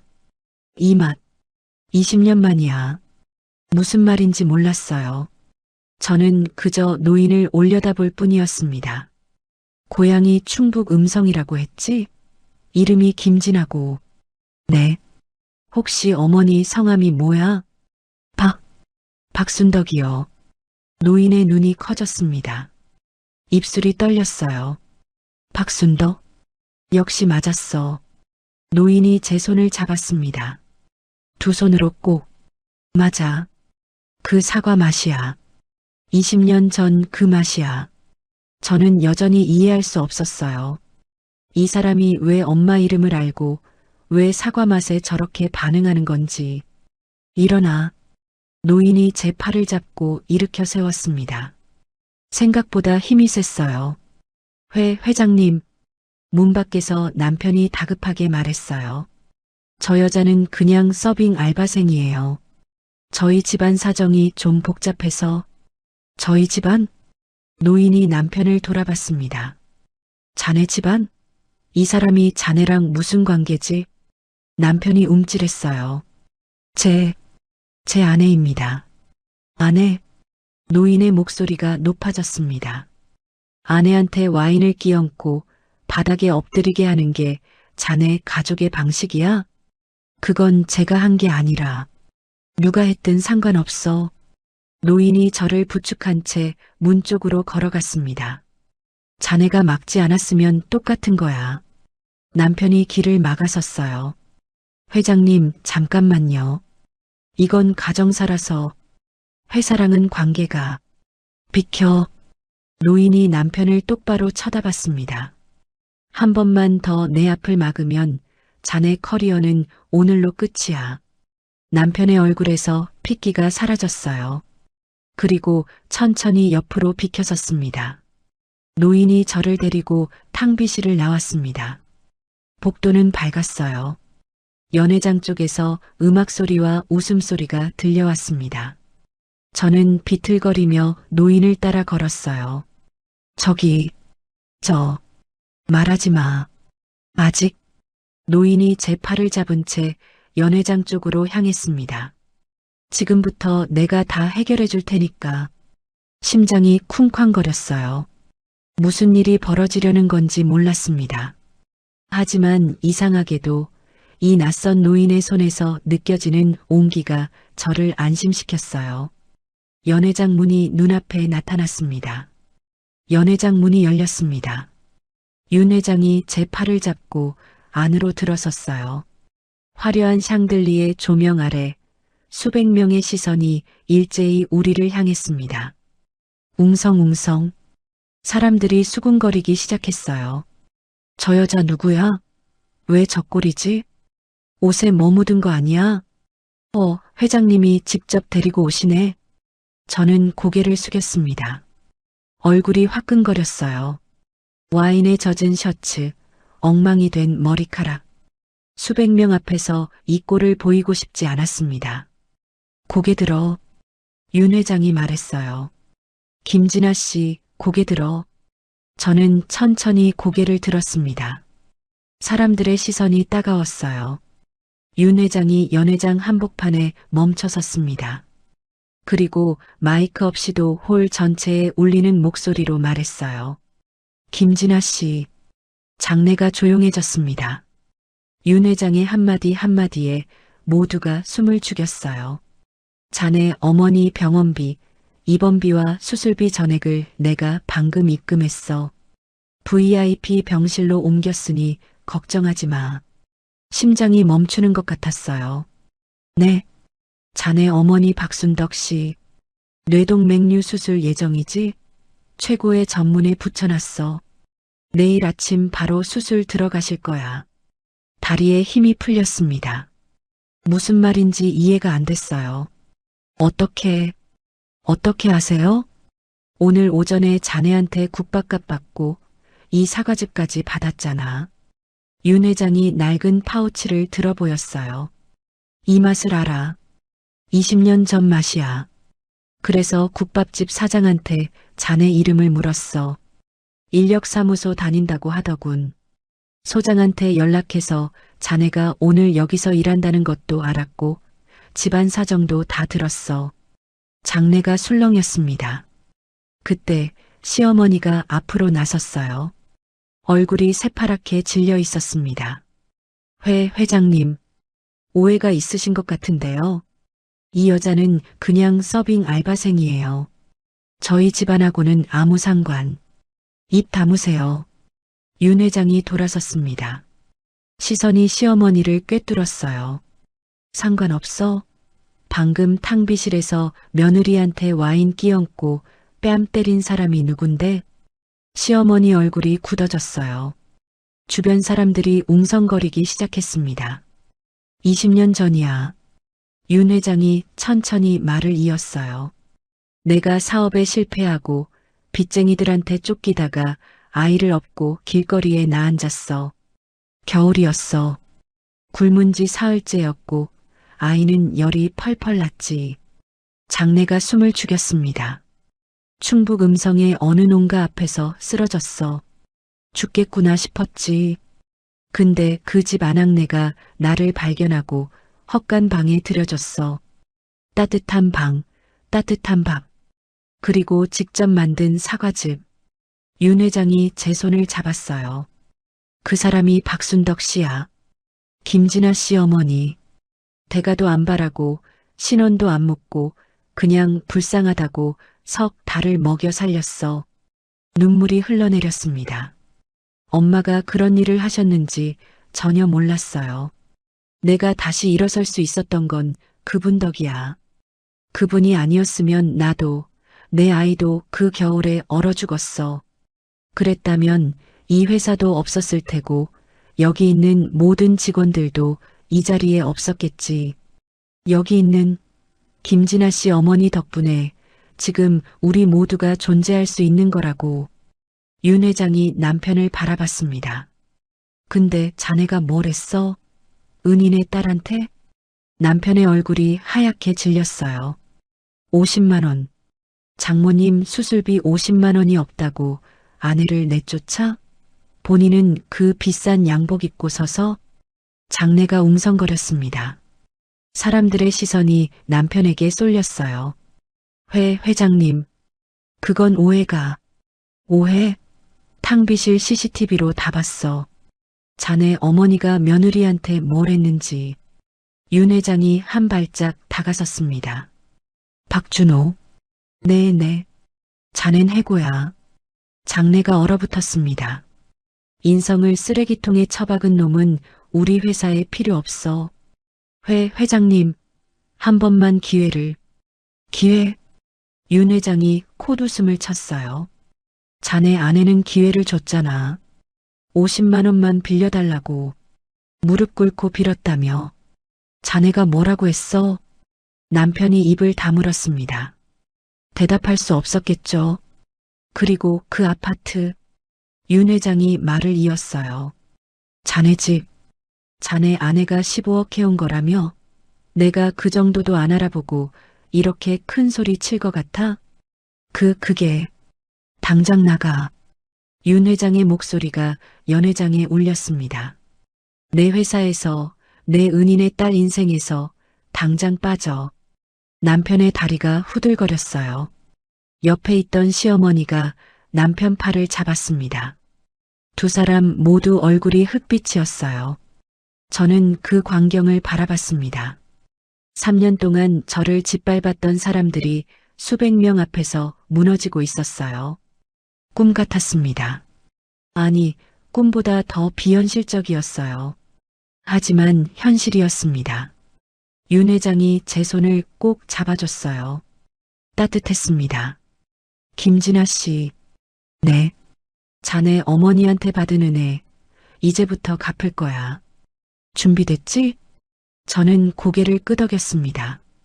눈물이 멈추지 않았어요. 하지만 이번엔 서러운 눈물이 아니었습니다. 일주일 뒤, 저는 아파트 거실에 서 있었습니다. 텅 빈 거실이었어요. 가구도 가전도 커튼도 없었습니다. 창문으로 들어오는 햇살만 바닥에 길게 드리워져 있었어요. 이거 다 가져가는 거야? 남편이 현관에서 소리쳤습니다. 얼굴이 헬쑥했어요. 일주일 만에 10년은 늙어 보였습니다. 원래 제 거니까요. 저는 담담하게 대답했어요. 이 아파트도 제 돈으로 샀고, 가구도 제가 샀고, 가전도 다 제 거예요. 당신이 산 건 그 200만 원짜리 양복밖에 없잖아요. 남편이 입술을 깨물었습니다. 하지만 아무 말도 못했어요. 윤 회장의 말이 떠올랐습니다. 연회장에서 남편에게 했던 말. 우리 회사 법무팀이 얼마나 일 잘하는지 알지? 다른 것까지 다 뺏기기 싫으면 당장 나가. 그 말 한마디에 남편과 시어머니는 이틀 만에 짐을 쌌어요. 윤 회장 법무팀에서 보낸 내용 증명 한 통이면 충분했습니다. 현관문이 열리고 시어머니가 들어왔어요. 손에는 쓰레기 봉투가 들려 있었습니다. 야, 이것도 네 거야? 이것도? 시어머니가 봉투를 바닥에 내동댕이 쳤어요. 다 가져. 다 가지라고. 어디서 날강도질이야. 저는 시어머니를 바라봤습니다. 일주일 전만 해도 제 머리에 와인을 끼얹던 사람이었죠. 지금은 얼굴이 누렇게 떠 있었어요. 화장기 없는 얼굴에 주름이 깊게 패여 있었습니다. 날강도요? 저는 웃었어요. 어머님, 저한테 그동안 어떻게 하셨는지 기억 안 나세요? 식모 취급하고, 때리고, 와인 끼얹고. 그게 날강도 아니에요? 시어머니 얼굴이 불그락푸르락해졌어요. 이게 끝까지. 그만해요, 엄마. 남편이 소리쳤습니다. 다 엄마 때문이야. 그때 조용히 있었으면 이렇게까지 안 됐어. 뭐, 내 탓이라고? 네가 돈 50만 원 안 줘서 이 꼴 난 거잖아. 돈이 어딨어. 엄마가 맨날 달라고 해서 없었던 거라고. 내가 언제, 네가 사치 부리느라 다 날린 거지. 두 사람이 거실 한복판에서 서로 손가락질하며 싸우기 시작했어요. 목소리가 점점 높아졌습니다. 들리는 소문으로는 남편은 업계 블랙리스트에 올라 재취업이 막혔다고 해요. 시어머니는 모아둔 돈도 없이 아들한테 얹혀 살아야 하는 처지가 됐고요. 두 사람은 다음 주부터 반지하 월세방으로 이사한다고 했어요. 15억 아파트에서 보증금 1,000만 원짜리 방으로. 곰팡이가 핀다던데 잘 어울리는 것 같았습니다. 저는 그 광경을 잠시 지켜봤어요. 그리고 조용히 현관문을 열어줬습니다. 이제 가세요. 두 사람이 멈추고 저를 봤어요. 이혼 서류는 변호사가 보낼 거예요. 양육권이랑 위자료 조건 다 들어있으니까 확인하시고요. 위자료? 남편이 당황했어요. 그건 좀 거부하셔도 돼요. 법정에서 만나면 되니까. 아, 참. 윤 회장님 법무팀이 무료로 도와주신대요. 남편 얼굴이 하얗게 질렸습니다. 잘 사세요. 두 분이서 오순도순 문을 닫았습니다. 문 밖에서 다시 싸우는 소리가 들렸지만 신경 쓰지 않았어요. 거실 창밖을 봤습니다. 하늘이 맑았어요. 가슴이 뻥 뚫리는 기분이었습니다. 그로부터 또 3일이 지나고 윤 회장님 집무실에 갔습니다. 저는 커다란 책상 앞에 앉아 있었습니다. 윤 회장이 서류 한 묶음을 내밀었어요. 사업 계획서야. 읽어봐. 표지에는 이렇게 적혀 있었습니다. 명순내 사과즙 브랜드 론칭 계획서. 명순. 엄마 이름이었어요. 진아 씨. 윤 회장이 말했습니다. 자네 어머니 손맛은 국보급이야. 20년 전에 마셔본 그 사과즙 아직도 잊을 수가 없어. 저는 계획서를 넘겼어요. 생산 라인, 유통망, 마케팅 전략. 꼼꼼하게 짜여 있었습니다. 자네의 경영 능력과 어머니의 기술을 합쳐서 이 브랜드를 키워보게. 대한유통의 편의점과 마트 전체에 입점시켜 줄 거야. 저한테 이렇게까지 해주시는 이유가 은혜를 갚는 거야. 윤 회장이 단호하게 말했어요. 20년 전에 자네 어머니가 안 살려줬으면 나도 내 아이도 그 겨울에 죽었어. 그 은혜가 얼마인 줄 알아? 돈으로 환산할 수 없어. 윤 회장이 자리에서 일어나 창가로 걸어갔습니다. 그리고 오해하지 마. 자네를 직원으로 쓰려는 게 아니야. 파트너로서 함께 하자는 거야. 투자하고 유통망 열어주고 나머지는 자네가 해. 자네 회사야. 제 회사요? 그래. 대표이사 김진아. 자네 이름으로 등기하는 거야. 난 투자자일 뿐이고. 가슴이 뜨거워졌습니다. 누군가의 며느리도 아내도 식모도 아닌 제 이름으로 된 회사. 감사합니다. 정말 감사합니다. 고맙긴. 오히려 내가 고맙지. 윤 회장이 창밖을 바라봤어요. 어머니 수술은 잘 끝났지? 네. 다음 주에 퇴원하세요.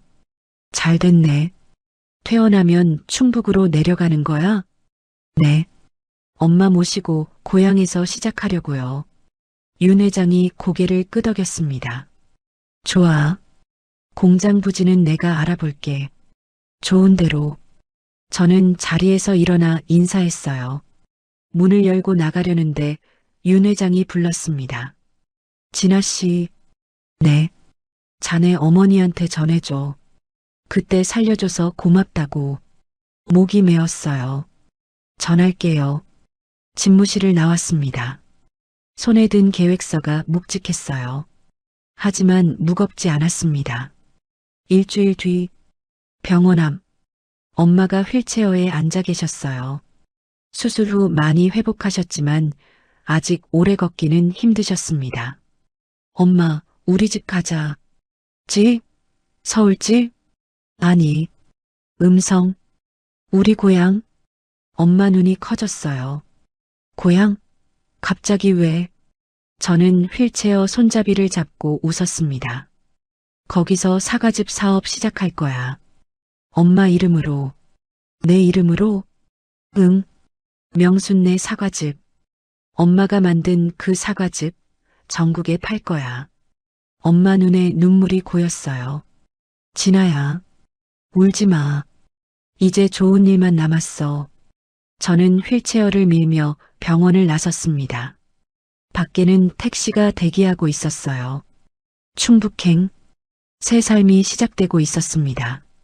1년 후, 충북 음성의 너른 들판 한가운데 하얀 건물이 햇살을 받아 빛나고 있었습니다. 명순네 사과즙, 건물 정면에 커다란 간판이 걸려 있었어요. 빨간 사과 그림 옆에 엄마의 이름이 선명하게 새겨져 있었습니다.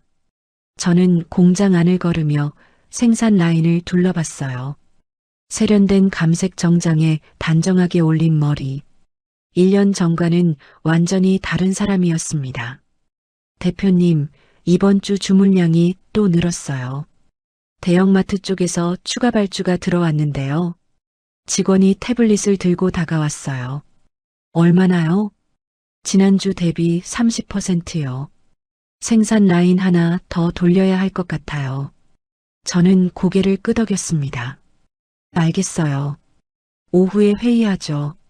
직원이 돌아가고 저는 포장 라인 쪽으로 걸어갔어요. 그곳에 엄마가 계셨습니다.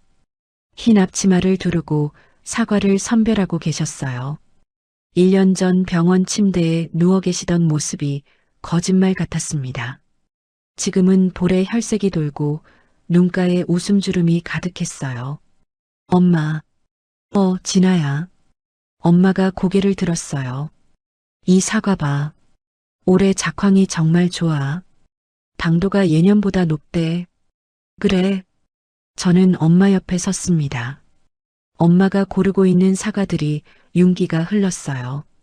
근데 너 밥은 먹었어? 아침부터 뛰어다니던데. 이따 먹으려고요. 안 돼. 지금 먹어. 사장이 쓰러지면 어떡해. 엄마가 잔소리를 하셨어요. 하지만 그 잔소리가 좋았습니다. 건강하게 잔소리할 수 있다는 게 얼마나 감사한 일인지. 저는 창가로 걸어갔어요. 밖으로 사과밭이 펼쳐져 있었습니다. 빨갛게 익어가는 사과들이 햇살 아래 반짝이고 있었어요. 1년 전이 떠올랐습니다. 50만 원이 없어서 발버둥 치던 날. 남편 회사 파티장에서 와인을 뒤집어 쓰고 바닥에 엎드려 있던 날. 모든 게 끝났다고 생각했던 그날. 그때는 몰랐어요. 그 바닥이 끝이 아니라 시작이었다는 걸. 직원이 가짜 낸 사과즙 한 잔을 가져다 줬어요. 대표님, 오늘 첫 생산분이에요. 맛 좀 봐주세요. 저는 잔을 받아들었습니다. 연한 황금빛 사과즙이 잔 안에서 찰랑거렸어요. 한 모금 마셨습니다. 달았어요. 엄마가 평생 만들어온 그 맛이었습니다. 20년 전 윤 회장을 살렸던 바로 그 맛. 저는 이제 누군가의 며느리도 식모도 아닙니다. 50만 원에 목숨 걸던 인력사무소 김 여사도 아니에요. 저는 연 매출 100억 명순내 사과집의 대표 김진아입니다. 엄마가 다가오셨어요. 맛이 어때? 저는 엄마를 바라봤습니다. 주름진 얼굴, 거친 손. 평생 농사 짓고 사과즙 만들며 저를 키워주신 엄마. 엄마, 응? 사과가 참 달아요. 저는 웃었습니다. 우리 인생처럼. 엄마도 웃으셨어요. 주름 가득한 얼굴에 환한 미소가 번졌습니다. 창밖으로 햇살이 쏟아져 들어왔어요. 사과밭 위로 새들이 날아올랐습니다. 공장 안에는 기계 돌아가는 소리, 직원들 웃음소리, 전화벨 소리가 가득했어요. 그 모든 소리가 음악처럼 들렸습니다. 저는 사과즙 잔을 들어 창밖의 햇살을 향해 살짝 기울였어요. 새로운 하루가 시작되고 있었습니다. 지금 저는 매일 행복한 하루를 보내고 있습니다. 아침에 일어나면 사과밭에 햇살이 내리쬐고 공장에서는 기계 돌아가는 소리가 정겹게 울려요. 엄마와 함께 저녁 먹고 아이들과 놀고 주말이면 다 같이 소풍도 가요. 평범하지만 소중한 일상. 1년 전에는 상상도 못했던 삶이에요. 아, 그리고요. 혹시 그 사람들 궁금하신 분 계실까요? 남편이랑 시어머니요. 들리는 소문으로는 둘이서 반지하 월세방에 살다가 결국 싸움 끝에 갈라섰대요. 서로 네 탓이다 하면서 못 살겠다고요. 남편은 지금 고시원에서 혼자 산다고 하더라고요. 재취업은 여전히 안 되고 알바로 생활비 번다고 해요. 시어머니는 친척 집 눈치 보면서 얹혀 지낸대요. 그렇게 잘난 척 하시던 분이 불쌍하냐고요? 글쎄요. 솔직히 모르겠어요. 다만 한 가지는 확실해요. 그 사람들이 저한테 했던 일들 용서하지 않을 거예요. 하지만 잊기 위해 노력은 하고 있죠. 저를 위해서요. 그게 제가 다시는 그런 삶으로 돌아가지 않겠다는 다짐이니까요. 오늘도 저는 사과즙 한 잔 마시며 하루를 시작합니다. 여러분도 행복하세요. 오늘 진아의 이야기가 마음에 남으셨다면 구독과 알림으로 다음 만남을 예약해 두세요. 우리네 사연 극장이 다시 찾아갑니다. 그리고 오늘 이야기를 듣고 느낀 감정과 생각을 영상을 듣고 계신 곳과 함께 댓글로 소통해 주세요.